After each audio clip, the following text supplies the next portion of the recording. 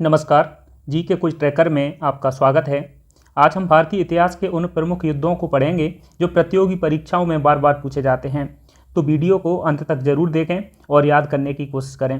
तो चलिए शुरू करते हैं प्राचीन भारत के पहले उन प्रमुख युद्धों से जो हमारे परीक्षा के पर्पज से काफ़ी इम्पोर्टेंट हैं। तो पहला हमारा जो युद्ध है वो है दसराग युद्ध। दसराग युद्ध की अगर हम बात करें तो ये वैदिक समय की बात है। ठीक है, आप ये याद रखेंगे कि ये वैदिक समय में हुआ था। इसकी अगर हम जानकारी की बात करें तो ये जो ऋग्वेद है, ऋग्वेद के 7वें मंडल में वर्णित है। इसका उल्लेख किया गया है 7वें मंडल में, तो आप ये याद रखेंगे। ठीक है, ये किसके बीच हुआ था? तो ये सुदास कबीला था, एक सुदास का कबीला था और एक था 10 जनों का कबीला। 10 जन मतलब 10 कबीले थे जो 10 जनों ने मिलकर के सुदास से युद्ध किया था। इसमें सुदास विजयी हुआ था। कौन विजयी हुआ? सुदास। ठीक है, ये विजयी हुआ था। ये जो युद्ध है ये रावी नदी के तट पर हुआ था। किस नदी पर? रावी नदी पर। तो रावी नदी को पहले प्राचीन समय में क्या बोलते हैं? परशुड़ी। तो आप ये भी याद रखेंगे कि परशुड़ी नदी के तट पर युद्ध हुआ था। अगला युद्ध है हाइड स्पीच का युद्ध। ये कब हुआ था? 326 ईसा पूर्व में। ठीक है, किसके बीच हुआ था? पंजाब के शासक थे पोरस और सिकंदर। ठीक है, जिसे आप महान सिकंदर के नाम से जानते हैं, तो सिकंदर के बीच हुआ था। ठीक है, ये किस नदी पर लड़ा गया था? तो आप याद रखेंगे ये झेलम नदी पर लड़ा गया था। झेलम नदी, जिसे प्राचीन समय में हम क्या बोलते थे? वितस्तता। तो ये वितस्तता के किनारे लड़ा गया था। तो इसलिए ये जो युद्ध है, इस युद्ध को झेलम नदी का युद्ध या फिर वितस्तता के युद्ध के नाम से भी जाना जाता है। तो आप ये भी याद रखेंगे। ठीक है, आप ये भी याद रखेंगे कि जो झेलम नदी का युद्ध है या वितस्तता का युद्ध है, इस युद्ध के बाद जब ये सिकंदर आगे बढ़ा तो उसकी जो सेना थी उसने ब्यास नदी से आगे बढ़ने से इनकार कर दिया था। ठीक है, क्योंकि उस समय नंद वंश का भारत में शासन था और इसके भय से ये आगे नहीं गई थी। ठीक है, तो आप ये याद रखेंगे। अगर हम अगले युद्ध की बात करें तो है कलिंग का युद्ध। कलिंग का युद्ध जो है 261 ईसा पूर्व में होता है। 261 ईसा पूर्व में होता है। किसके बीच होता है? अब महान अशोक, मौर्य सम्राट था महान अशोक, और कलिंग का एक नरेश था। ठीक है, कलिंग नरेश खारवेल। ठीक है, खारवेल। तो इसके मध्य ये युद्ध होता है। इस युद्ध में अशोक विजयी होता है। ठीक है, अशोक विजयी होता है। अशोक जब ये विजयी हो जाता है तो वो उस समय के जो विनाश होता है उसको देख करके ये युद्ध से त्याग कर देता है। ठीक है, युद्ध त्याग की बात करें तो ये कब किया था? 261 ईसा पूर्व में। आपसे पूछा जा सकता है कि अशोक गद्दी पर कब बैठा था? तो 269 ईसा पूर्व में बैठा था। और उसके 8वें वर्ष, कितने? 8वें वर्ष उसने ये युद्ध लड़ा था। तो ये एग्जाम में पूछा जाता है, तो आप ये भी याद रखेंगे। तो 8वें वर्ष उसने युद्ध किया था। इस युद्ध में वो इसको त्याग देता है, युद्ध करना त्याग देता है, और उसके बाद में बौद्ध धर्म अपना लेता है। उपगुप्त नाम का एक बौद्ध मठाधिकारी था जिससे वो बौद्ध धर्म की दीक्षा लेता है। तो चलिए आगे देखते हैं। अगला है त्रिपक्षीय संघर्ष। त्रिपक्षीय संघर्ष ये किस किस के बीच हुआ था? तो पहले तो आप याद रखेंगे कि ये कन्नौज के लिए हुआ था। किसके लिए हुआ था? कन्नौज पर अधिकार करने के लिए 3 वंश थे, उनमें यह संघर्ष हुआ। ठीक है, कौन कौन? पाल वंश था, एक पाल वंश था। उसके बाद में आप याद रखेंगे राष्ट्रकूट वंश था। ठीक है, और एक और था जिसका नाम है गुर्जर प्रतिहार वंश। ठीक है, गुर्जर प्रतिहार वंश। इन तीनों के बीच में ये त्रिपक्षीय संघर्ष होता है। तो आप याद रखेंगे कि राष्ट्रकूट वंश का एक राजा था जिसका नाम था ध्रुव। ये सबसे पहले इस युद्ध में शामिल हुआ था। तो ये ध्रुव ने पाल वंश के धर्मपाल और गुर्जर वंश के वत्सराज को हरा करके कन्नौज पर अधिकार कर लिया। ठीक है, ये आगे भी चलती रही लेकिन आप इतना याद रखेंगे। ठीक है, अगला हम युद्ध देखते हैं। तो देखिए ये है तराइन का प्रथम युद्ध। तराइन का प्रथम युद्ध कब होता है? 1191 ईस्वी में। ठीक है, 1191 ईस्वी में होता है। किस किस के बीच होता है? पृथ्वीराज चौहान और मोहम्मद गौरी। ठीक है, मोहम्मद गौरी। तो मोहम्मद गौरी के बीच होता है। इसमें इस युद्ध में जो विजयी रहता है वो कौन रहता है? पृथ्वीराज चौहान, ठीक है, पृथ्वीराज चौहान। तो ये इस युद्ध में विजयी होता है और मोहम्मद गौरी हार जाता है, ठीक है। लेकिन हाँ, एक बात और याद रखेंगे, जो पृथ्वीराज चौहान है, पृथ्वीराज चौहान की एक किताब है, पृथ्वीराज के जो कवि थे चंदबरदाई, उनकी पृथ्वीराज रासो, क्या? पृथ्वीराज रासो। तो आप ये याद रखेंगे, ठीक है। इसके साथ ही याद रखेंगे ये पृथ्वीराज चौहान जो था वो पृथ्वीराज थर्ड था, ठीक है, तृतीय था। तो आप ये भी याद रखेंगे। फिर द्वितीय तराइन का जो युद्ध होता है, द्वितीय तराइन का युद्ध जो होता है वो होता है 1192 ईस्वी में। कब? 1192 ईस्वी में, ठीक है। इसमें क्या होता है? पृथ्वीराज जो चौहान है, पृथ्वीराज चौहान हार जाते हैं, पृथ्वीराज चौहान हार जाते हैं और मोहम्मद गौरी जीत जाता है, ठीक है, मोहम्मद गौरी जीत जाता है। ये युद्ध निर्णायक युद्ध माना जाता है जब मुस्लिमों का यहाँ पर शासन शुरू हुआ, ठीक है। तो आप ये याद रखेंगे। चंदावर का युद्ध होता है 1194 ईस्वी में। कब? 1194 ईस्वी में। किस किस के बीच होता है? तो ये होता है मोहम्मद गौरी और जयचंद के बीच, ठीक है। जयचंद कौन था? तो ये कन्नौज का एक राजा था, ठीक है, जो कन्नौज पे शासन करता था। इसमें विजयी कौन होता है? मोहम्मद गौरी इसमें विजयी होता है, ठीक है। तो आप ये याद रखेंगे। कब हुआ? 1194 ईस्वी में। किसके बीच हुआ? तो मोहम्मद गौरी और जयचंद के बीच। इसमें जयचंद जो है मारा जाता है। क्या होता है? मारा जाता है। तो आप ये भी याद रखेंगे, ठीक है। मोहम्मद गौरी विजयी होता है और जयचंद मारा जाता है।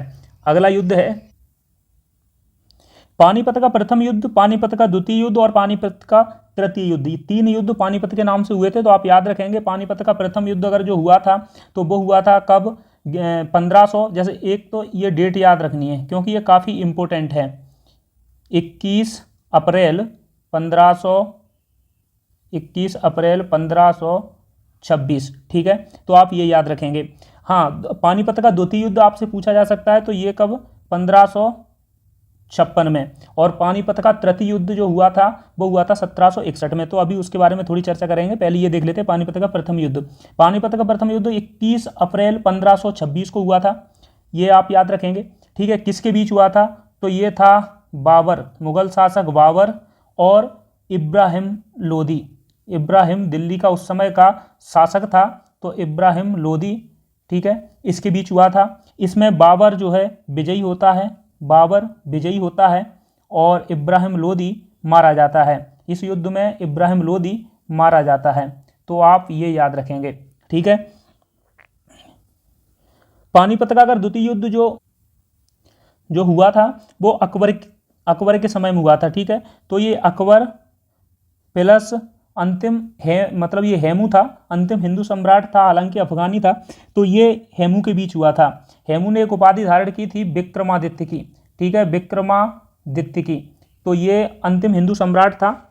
तो आप ये भी याद रखेंगे, अकबर और हेमू के बीच होता है जिसमें अकबर विजयी होता है। विजयी कौन है? अकबर, ठीक है। तो आप ये याद रखेंगे। तो याद ये है कि 1526 में बाबर और इब्राहिम लोदी के बीच में प्रथम पानीपत का प्रथम युद्ध होता है। अकबर और हेमू के बीच में 1556 ईस्वी में पानीपत का द्वितीय युद्ध होता है। तृतीय युद्ध जो होता है वो 1761 में अहमद शाह अब्दाली और मराठा बालाजी बाजीराव जो था, पेशवा बालाजी बाजीराव, उसके बीच होता है। तो आप ये तीनों याद रखेंगे। देखिए आ गया पानीपत का तृतीय युद्ध कब हुआ था? 1761 ईस्वी में, ठीक है। 1761 ईस्वी में किसके बीच हुआ था? तो अहमद शाह अब्दाली, अहमद शाह अब्दाली, आपने एक मूवी भी देखी होगी, ठीक है।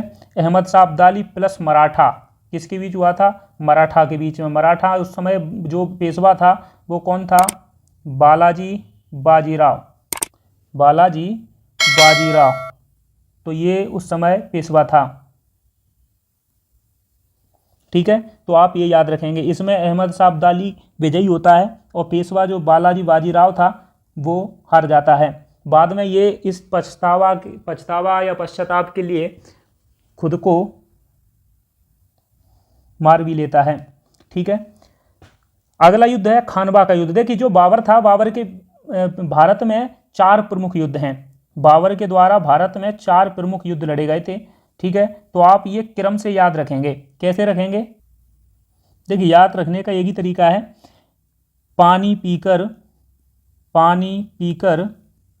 खाना खाया, खाना खाया। देखिए खाना खाकर पानी पीते हैं, लेकिन हम बोल रहे हैं कि पानी पीकर खाना खाया, चंदेरी से घाघरा आया। ठीक है, घाघरा आया। आप ये अगर याद रखेंगे तो आप बाबर के जो 4 प्रमुख युद्ध हैं उनका क्रम पूछे या फिर सन पूछे, कुछ भी पूछे, आप याद हो जाएगा। जैसे पानी से पानीपत, क्या है? पानी से पानीपत, पानीपत का प्रथम युद्ध था। कब लड़ा गया था ये तो आप सबको ही पता है, 1526 ईस्वी में। ठीक है, खाना से आप याद रखेंगे खानवा, फिर क्रम से ही लड़े गए, 1526 तो 1527। ठीक है, फिर जो चंदेरी था, चंदेरी अशोकनगर में है मध्य प्रदेश का, तो चंदेरी का युद्ध हुआ, तो आप ये याद रखेंगे। चंदेरी कब हुआ था? 1528 में। फिर उसके बाद में घाघरा का युद्ध होता है। घाघरा का युद्ध होता है कब होता है? 1529 ईस्वी में। तो आप ये याद रखेंगे, पानी पीकर खाना खाया, चंदेरी से घाघरा आया। ठीक है, पानीपत का प्रथम युद्ध, खानवा का युद्ध, चंदेरी का युद्ध, घाघरा का युद्ध। तो ये बाबर के द्वारा 4 प्रमुख युद्ध लड़े गए थे, जो क्रम से इस प्रकार हैं। चलिए अब हम इन्हें थोड़ा सा और देख लेते हैं। तो पानीपत का प्रथम युद्ध हम याद कर चुके हैं। दूसरा है खानवा का युद्ध। खानवा का युद्ध बाबर के द्वारा लड़ा गया प्रमुख दूसरा युद्ध था। कब हुआ था? 1527 ईस्वी में। ठीक है, किसके बीच लड़ा गया था? ये अफगानों प्लस बाबर, माफ कीजिए, बाबर और राणा सांगा जो था ना, मेवाड़ के जो शासक थे राणा सांगा और बाबर। ठीक है, ये लड़ा गया था बाबर और राणा सांगा के बीच में। इसमें क्या हुआ? बाबर विजयी होता है। बाबर अपने चारों युद्ध, ये जो प्रमुख युद्ध बताए हैं, वो चारों के चारों ही जीतता है। तो आप ये भी याद रखेंगे। और इसमें मेवाड़ के जो शासक थे राणा सांगा थे, वो हार जाते हैं। ठीक है, अगला युद्ध है उसका चंदेरी का युद्ध। तो चंदेरी का जो युद्ध है वो कब होता है? 1528 में होता है। 1528 में होता है। किस किस के बीच लड़ा जाता है ये जो है बाबर और मेदिनी राय। ठीक है, मेदिनी राय के बीच लड़ा जाता है। आपको याद है ना, चंदेरी मध्य प्रदेश में है ना, तो चंदेरी, पानी पीकर खाना खाया, चंदेरी से घाघरा आया। तो ये बाबर यहाँ पर मेदिनी राय को हरा देता है, इसमें विजयी बाबर होता है। फिर उसके बाद में 1529 ईस्वी में घाघरा का युद्ध होता है। घाघरा के युद्ध में बाबर अफगानों को हराता है। किसको हराता है? अफगानों के विरुद्ध होता है इसका ये अभियान, जिसमें अफगानों को हराता है। ठीक है, बाबर अफगानों को हराता है, तो आप ये याद रखेंगे। ठीक है, तो ये घाघरा का युद्ध 1529 ईस्वी में होता है। चलिए अब हम देखते हैं अगला। देखिए जिस प्रकार हमने बाबर के युद्धों को देखा, उसी प्रकार हुमायूं जो था, हुमायूं के युद्धों को भी देखिए। ठीक है, हुमायूं ने जो युद्ध लड़े थे उनका क्रम कुछ इस प्रकार था। जैसे पहला था देवरा का युद्ध। सिर्फ क्रम आप याद रखेंगे तो ये क्या है, एग्जाम में कभी पूछा जाए तो आप बता सकते हैं। देवरा का युद्ध कब लड़ा गया था?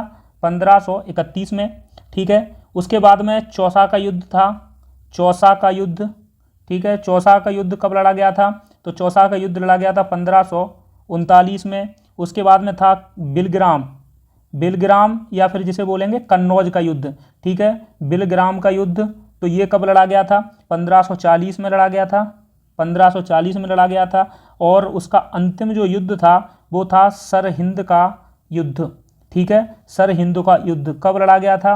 1555 ईस्वी में। तो आप ये याद रखेंगे, देवरा का युद्ध 1531 में, चौसा का युद्ध 1539 में, बिलग्राम का युद्ध 1540 में, सरहिंद का युद्ध 1555 में। देखिए इन 4 युद्धों का क्रम आपसे पूछा जा सकता है, तो आप क्या याद रखेंगे? देव 24, देव 24। ठीक है, देव 24 से क्या मतलब है, देव से है देवरा, ठीक है, देवरा है ना, चौ से है चौसा, क्या है, चौसा का युद्ध है ना, तो आप ये याद रखेंगे। और बी से है बिलग्राम, बी से है बिलग्राम, तो आप ये भी याद रखेंगे। और सा से है सरहिंद का युद्ध, तो आप ये याद रखेंगे। अब हम इन्हें थोड़ा डिटेल्स में पढ़ते हैं। हम डिटेल्स में इनके दो ही युद्ध पढ़ेंगे, 2 से 3 युद्ध पढ़ेंगे। ठीक है, पहला पढ़ेंगे चौसा का युद्ध। तो चौसा का युद्ध जो होता है वो कब होता है, 1539 ईस्वी में। किसके बीच होता है, तो इसमें एक शासक था जिसका नाम था शेर खां, शेर खां। ठीक है, शेर खां प्लस क्या है, हुमायूं, हुमायूं और शेर खां के बीच युद्ध होता है, जिसमें शेर खां विजयी हो जाता है और हुमायूं हार जाता है, ये हार जाता है। ठीक है, हार जाने के बाद जो शेर खां है ये अपनी एक उपाधि धारण करता है जिसका नाम है शेर शाह, क्या, शेर शाह। ठीक है, तो ये वही है जिसका नाम है शेर शाह सूरी। तो शेर खां शेर शाह की उपाधि धारण करता है। ठीक है, अगला युद्ध जो है बिलग्राम का युद्ध होता है। बिलग्राम का जो युद्ध है इसे कन्नौज का युद्ध भी कहते हैं। क्या कहते हैं, कन्नौज का युद्ध, तो आप ये भी याद रखेंगे। ठीक है, ये कब होता है, 1540 ईस्वी में। ठीक है, ये किसके बीच होता है, ये भी शेर शाह सूरी, शेर शाह सूरी और हुमायूं के बीच होता है, और हुमायूं के बीच होता है। ठीक है, इसमें भी शेर शाह सूरी विजयी होता है, ये विजय होता है। ठीक है, और हुमायूं हार जाता है, हार के बाद में ये यहाँ से चला जाता है। ठीक है, लेकिन आपको एक पॉइंट और याद रखना है, जो शेरशाह सूरी था ये इस समय दिल्ली और आगरा, ठीक है, आगरा और दिल्ली पर अधिकार कर लेता है। अगला देखते हैं, अगला युद्ध है तालीकोटा का युद्ध। तो देखिए जो तालीकोटा का युद्ध है इसे बन्नी हट्टी, ठीक है, बन्नी हट्टी का युद्ध, बन्नी हट्टी का युद्ध, या फिर एक और नाम है इसका, क्या, राक्षसी तंगड़ी। ठीक है, राक्षसी तंगड़ी का युद्ध भी कहते हैं। तो आप ये याद रखेंगे। होता कब है, ये होता है 1565 ईस्वी में। ठीक है, ये किसके बीच होता है, तो ये होता है जो बहमनी साम्राज्य था, बहमनियों के 4 राज्य थे, बहमनी, दक्षिण भारत में बहमनियों के 4 राज्य थे। ठीक है, कौन कौन से थे, बहमनियों के 4 राज्य कौन कौन से थे, तो आप याद रखेंगे कि जो बीजापुर था, बीजापुर, ठीक है, अहमदनगर, उसके बाद में गोलकुंडा और बीदर। ठीक है, ये जो 4 राज्य थे, इन चारों राजाओं के शासक मिलकर के संयुक्त रूप से, और दूसरा था क्या नाम है, विजयनगर साम्राज्य। ठीक है, विजयनगर साम्राज्य, इसके बीच ये युद्ध हो रहा था। तो आप ये याद रखेंगे, जो बहमनी साम्राज्य था इसका जो नेतृत्व कर रहा था वो कर रहा था कौन, अली आदिल शाह। क्या नाम था उसका, अली आदिल शाह। ठीक है, और जो विजयनगर साम्राज्य था इसका जो नेतृत्व कर रहा था तो वो कर रहे थे राम राय। क्या नाम था उनका, राम राय। इस युद्ध में विजयनगर की हार होती है। ठीक है, ये हार होती है इनकी, और ये बहमनी साम्राज्य ये जीत जाते हैं। उसके बाद में विजयनगर का पतन होना शुरू हो जाता है। तो आप इतना याद रखेंगे। हल्दी घाटी का युद्ध जो होता है वो 1576 ईस्वी में होता है। कब, 1576 ईस्वी में होता है।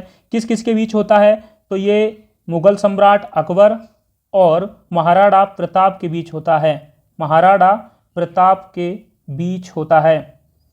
ठीक है, तो आप ये याद रखेंगे, महाराणा प्रताप और अकबर के बीच में हल्दी घाटी का युद्ध होता है, जिसमें ऐसा माना जाता है इतिहास में कि ये अकबर विजयी होता है। ठीक है, अगला युद्ध हम देखते हैं। अगला जो युद्ध है असीरगढ़ का युद्ध। देखिए असीरगढ़ का जो युद्ध था ये 1601 ईस्वी में लड़ा गया था। कब लड़ा गया था, 1601 ईस्वी में। तो आप ये याद रखेंगे। लेकिन ये उससे ज़्यादा इम्पोर्टेंट ये है कि अकबर का जो अभियान था ये अंतिम अभियान था। ठीक है। अकबर और असीरगढ़ के एक राजा थे मियाँ बहादुर, क्या नाम था उनका, मियाँ बहादुर, इनके बीच लड़ा गया था। ये जो मियाँ बहादुर थे ये असीरगढ़, ठीक है, असीरगढ़ जो है बुरहानपुर में है, ठीक है, मध्य प्रदेश के बुरहानपुर में, ठीक है। तो ये जो दक्षिण में अभियान इसने चलाया था अकबर ने, तो ये अकबर का इसके बाद में कोई युद्ध नहीं लड़ा गया था, अंतिम युद्ध माना जाता है। क्या माना जाता है, अंतिम युद्ध माना जाता है। तो आप ये याद रखेंगे, इसमें असीरगढ़ यानी कि जो मियाँ बहादुर थे इनकी हार हो जाती है, ये हार जाते हैं, अकबर विजयी होता है। इस युद्ध के बाद अकबर कोई भी युद्ध नहीं लड़ता है। चलिए अगला युद्ध देखते हैं। अगला जो युद्ध है प्लासी का युद्ध है। प्लासी का युद्ध 1757 ईस्वी में लड़ा जाता है। ये भारतीय इतिहास में अंग्रेजों के लिए निर्णायक युद्ध साबित होता है, ठीक है। ये किस किस के बीच लड़ा जाता है, तो लॉर्ड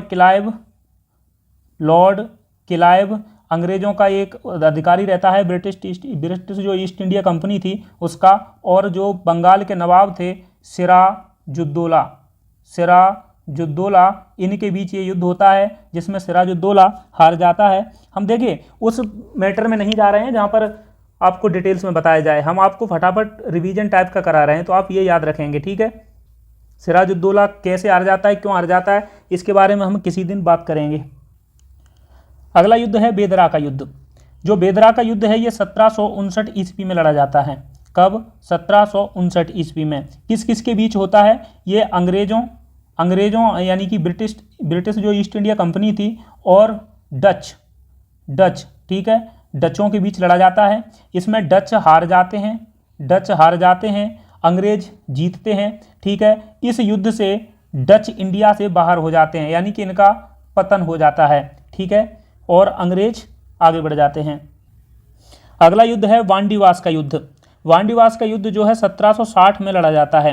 1760 में लड़ा जाता है। किस किस के बीच लड़ा जाता है, तो ये अंग्रेज यानी कि ब्रिटिश ईस्ट इंडिया कंपनी और फ्रांसीसियों के बीच, ठीक है, फ्रांसीसियों के बीच लड़ा जाता है, जिसमें अंग्रेज जो है जीत जाते हैं और फ्रांसीसी हार जाते हैं, ठीक है। आपसे पूछा जा सकता है कि अंग्रेजों का कौन सा अधिकारी था जो इसमें लड़ा था, तो ये आयरकूट के नेतृत्व में ये युद्ध लड़ा गया था जिसमें इसकी विजय होती है। अगला है बक्सर का युद्ध, ठीक है। बक्सर का युद्ध कब लड़ा जाता है, 1764 में, ठीक है। बक्सर के जो युद्ध था ये किसके बीच लड़ा जाता है, तो ये अंग्रेजों के बीच लड़ा जाता है। अंग्रेजों प्लस, देखिए जो एक तरफ था अंग्रेज थे और दूसरी तरफ जो थे मुगल नवाब थे, ठीक है, मुगल नवाब थे, बंगाल के नवाब थे और लखनऊ जो उस समय का लखनऊ था उसके नवाब थे। तो एक तरफ इन तीनों की सेना लड़ रही थी, जिसमें मीर कासिम ये कहाँ था, बंगाल, ठीक है, बंगाल का था, और उसके साथ में थे अवध के नवाब शुजा-उद-दौला। कौन, शुजा-उद-दौला, ये कहाँ से थे, अवध, ठीक है, अवध, लखनऊ नहीं, माफ़ कीजिएगा, अवध, है ना। और उसके बाद में जो मुगल सम्राट था शाह आलम द्वितीय, ठीक है, शाह आलम द्वितीय। तो ये इस युद्ध में तीनों सम्मिलित रूप से लड़ रहे थे, ठीक है, ये तीनों सम्मिलित रूप से लड़ रहे थे और एक तरफ अंग्रेज थे जिसमें अंग्रेज विजयी हो जाते हैं, और यह युद्ध भारतीय इतिहास के लिए एक बार निर्णय साबित कर देता है कि यहाँ पर अब अंग्रेजों का शासन स्थापित होगा। देखिए अगला है मैसूर युद्ध। मैसूर युद्ध 4 युद्ध हुए थे। प्रथम मैसूर युद्ध जो हुआ था वो 1767 से 69 में हुआ था, ठीक है, जिसमें क्या किस किस के बीच हुआ था, तो हैदर अली जो मैसूर का शासक था, हैदर अली और अंग्रेज़ों के बीच हुआ था, ठीक है, हैदर अली और अंग्रेज़ों के बीच हुआ था। ये इस जो युद्ध का निर्णय नहीं हो सका था, ठीक है, ये निर्णायक युद्ध नहीं था, मतलब इस युद्ध का निर्णय नहीं हुआ कौन जीता कौन हारा, ठीक है। अगला युद्ध होता है 1780 से 84 के बीच, ठीक है। इसमें कौन, हैदर अली और अंग्रेज, ठीक है, हैदर अली और अंग्रेज़ों के बीच होता है। यानी कि जो मैसूर के प्रथम 2 युद्ध थे वो हैदर अली के द्वारा लड़े गए थे। एक तरफ तो अंग्रेज थे ही, लेकिन एक तरफ हैदर अली थे, ठीक है। इस युद्ध में क्या होता है, जो हैदर अली है वो मारा जाता है और अंग्रेज़ों की विजय होती है। तो आप ये याद रखेंगे। तृतीय जो मैसूर युद्ध होता है वो होता है 1790 से 1792। इस समय जो मैसूर की सत्ता थी वो हैदर अली के पुत्र टीपू सुल्तान ने संभाली थी। तो टीपू सुल्तान इस समय युद्ध के मैदान में होता है और दूसरी तरफ अंग्रेज होते हैं, ठीक है, दूसरी तरफ अंग्रेज होते हैं। इसमें जो है टीपू सुल्तान हार जाता है, अंग्रेज विजयी होते हैं। तो आप ये याद रखेंगे, ठीक है। चतुर्थ जो मैसूर युद्ध होता है वो होता है 1799 ईस्वी में, ठीक है। ये किसके बीच होता है, ये टीपू सुल्तान और वही अंग्रेज, ठीक है, अंग्रेज़ों के बीच होता है। इसमें टीपू सुल्तान जो है ये मारा जाता है, ठीक है, मारा जाता है और अंग्रेज जीत जाते हैं। तो हमने देखा कि मैसूर युद्ध जो थे वो 4 युद्ध हुए थे, तो हम उनके बारे में जान चुके हैं। चलिए अब हम देखते हैं मराठाओं के युद्ध। तो मराठाओं का जो प्रथम युद्ध देखिए, खेड़ा का युद्ध कब हुआ था, 1707 में। आप याद रखेंगे 1707 में जो मुगल सम्राट था औरंगजेब, उसकी मृत्यु भी हुई थी, है ना। तो ठीक है, लेकिन ये जो खेड़ा का युद्ध है ये किस किस के बीच लड़ा जाता है, ये लड़ा जाता है साहू ये भी मराठा थे, ठीक है, और एक ताराबाई के बीच में। ये शासन जो था, सत्ता के लिए युद्ध था। इसमें साहू जो है सत्ता पर काबिज होता है, ये विजयी होता है, तो साहू को सत्ता मिल जाती है। इस युद्ध का साहू विजेता होता है। पालखेड़ा का जो युद्ध है ये 1728 में लड़ा गया था, 1728 में लड़ा गया था। ये किसके बीच लड़ा गया था, ये लड़ा गया था बाजीराव प्रथम जो पेशवा था और हैदराबाद के निजाम उल मुल्क, ठीक है, निजाम उल मुल्क के बीच में ये युद्ध लड़ा गया था, जिसमें बाजीराव प्रथम जो है ये विजयी होता है, यही जीतता है इस युद्ध को और निजाम हार जाते हैं। अब देखिए जो मराठा थे उनके अंग्रेज़ों से भी युद्ध हुए थे, ठीक है। कितने युद्ध हुए थे, 3 युद्ध हुए थे। प्रथम आंग्ल मराठा युद्ध कब हुआ था, प्रथम आंग्ल मराठा युद्ध जो है ये 1782 में होता है। कब होता है, 1782 में होता है। और जो क्या नाम है, अंग्रेज और मराठाओं के बीच होता है, तो इतना तो आप याद ही रखेंगे, ठीक है। ये सालवाई की जो संधि होती है उससे ये युद्ध समाप्त होता है, सालवाई की संधि से, तो आप ये याद रखेंगे, ठीक है। इसके साथ ही दूसरा जो आंग्ल मराठा युद्ध है ये 1803 में होता है। कब होता है, 1803 से 1805 में होता है। और इसमें जो है मराठाओं की तरफ से भोंसले थे नागपुर के, ठीक है। तो ये और अंग्रेज़ों के मध्य हुआ था। तो आप अंग्रेज तो समझेंगे ही जब आंग्ल मराठा युद्ध है तो, ठीक है। 1803 में एक संधि होती है देवगांव की संधि, तो आप ये भी याद रखेंगे, देवगांव की संधि, ठीक है। चलिए अगला देखते हैं। तृतीय आंग्ल मराठा युद्ध जो है कब होता है, 1817 से 1819 में, ठीक है। किस किस के बीच में होता है, तो वही मराठा और अंग्रेज। इसमें क्या होता है, मराठाओं की शक्ति जो है वो क्षीण हो जाती है या कमज़ोर हो जाती है और ये हार जाते हैं, ठीक है। जो पेशवा के जो वंशानुगत पद था उसको समाप्त कर दिया जाता है, पेशवाओं का जो वंशानुगत पद था, ठीक है, उसको समाप्त कर दिया जाता है। तो आप ये याद रखेंगे। चलिए ये हमारे थे आंग्ल मराठा युद्ध। अब हम देखते हैं कर्नाटक युद्ध।